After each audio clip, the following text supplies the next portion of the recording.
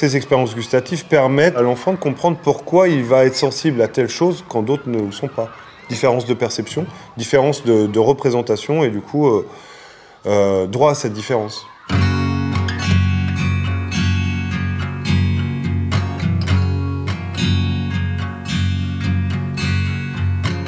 Sur cette 4e séance, on était vraiment centré sur les perceptions gustatives, sur les saveurs. Comment on peut faire pour isoler les saveurs par rapport à tout le reste?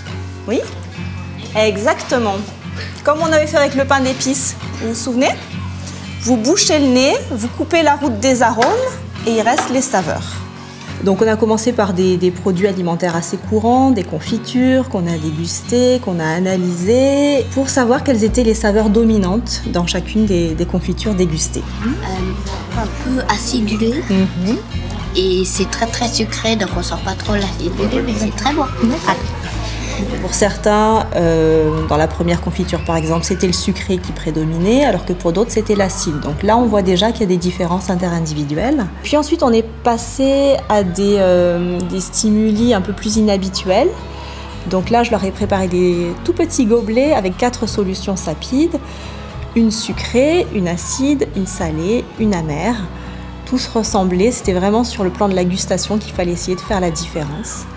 Et d'identifier les saveurs et d'indiquer si elles étaient plutôt perçues comme faibles, moyennement intenses ou fortement intenses. Avec cet exercice-là, on met de nouveau en évidence, surtout sur l'amertume d'ailleurs, les différences de perception d'une personne à une autre.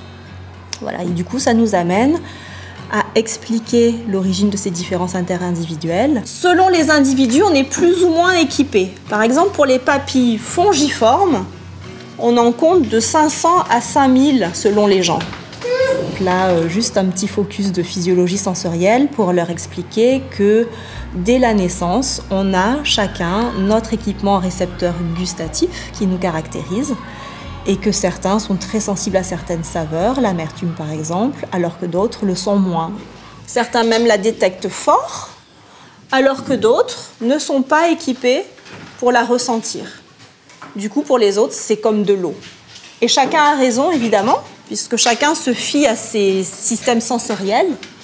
Donc chacun a sa vérité, parce que chacun a son propre équipement en récepteur gustatif. Il y en avait des sucrés, des salés, et il y en avait un où que je trouvais qu'il n'y avait pas de goût. Et donc là, peut-être que comme on a des sensibilités différentes, on ne ressent pas exactement les mêmes choses. Mais en tout cas, on se met d'accord pour tous appeler ça sucré. On peut se créer dans notre tête des images sensorielles différentes, mais pour arriver à communiquer tous ensemble, c'est important d'avoir le même mot. Un mot, c'est une convention sociale. Donc on a tous regoûté et on s'est mis d'accord pour appeler ça sucré, cette autre sensation salée, l'autre encore acide et l'autre encore amère. Qui a trouvé que le sucré était dominant? Le sucré? C'est bien, même si vous êtes en minorité, vous exprimez quand même votre avis. Donc 1 et 2. Et là, on a vu que les enfants se prêtaient bien à l'exercice parce que même s'ils sont minoritaires, ils osent exprimer ce qu'eux ressentent. Voilà, c'est ça qui est important. S'ils n'ont pas ressenti de saveur, ils vont oser le dire, même si la majorité a ressenti quelque chose. On avait sur le panel d'une vingtaine d'enfants et quelques adultes des sensations, enfin des perceptions qui avaient été très différentes et qui se sont exprimées sans jugement. Ça, c'est aussi intéressant de le vivre à travers une expérience qui est tournée vers le goût ou vers la gustation, mais aussi donc de faire une éducation au respect des différences. Et donc là, on est plus sur un pan d'éducation civique. Du coup, moi, si j'avais une amie qui pensait qu'elle n'aimait pas, je disais pas, enfin, je disais pas que c'était pas bien parce que moi, je trouvais que c'était bon.